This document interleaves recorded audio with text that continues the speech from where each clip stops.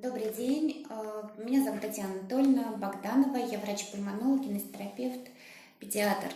Сегодня бы хотела ответить на вопрос, который чаще всего звучит при обращении ко мне лично.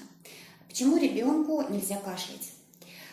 Действительно, сталкиваясь с детьми, которые болеют хроническим бронхитом, острым обструктивным бронхитом, любым хроническим бронхолегочным заболеванием, муковисцидозом, хронической обструктивной болезнью легких и так далее, все дети кашляют. Почему нельзя кашлять и о чем, в принципе, мы говорим? Кашель – это безусловный рефлекс организма на раздражение, на то, что дыхательные пути забиты мокротой. Ребенок должен дышать, у него должно происходить обмен кислородом и углекислым газом в крови через дыхательные пути. Если дыхательные пути забиты мокротой, то ребенок не может полноценно дышать.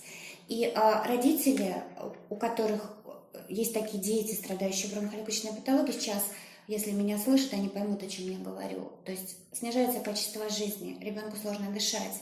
Ребенок имеет признаки гипоксии, ребенок всегда слабый, у него очень мало сил, потому что на один кашлевой толчок, хафинг, это полноценный кашлевой толчок, я сейчас покажу, чтобы вы понимали, о чем я говорю, это когда...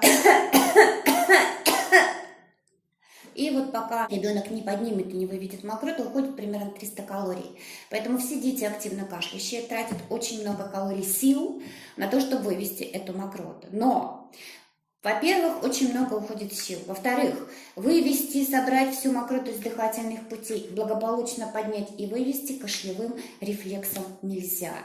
Когда мы активно кашляем, то происходит спазмирование бронха в ответ на кашель, потому что турбулентные потоки, которые идут в дыхательные пути, провоцируют бронхообструкцию, сужается бронх, и ребенок выкашливает фактически только часть мокроты, пенку, и сплевывает наружу. Вся остальная мокрота, спазмированный бронх, опускается вниз и остается там.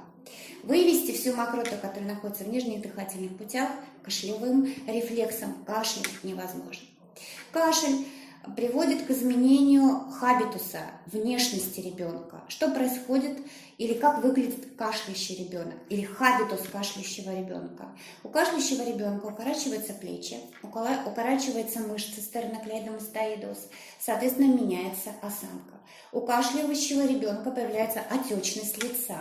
У кашляющего ребенка, страдающего гипоксией, появляется соответствующий цвет лица, землистый оттенок лица.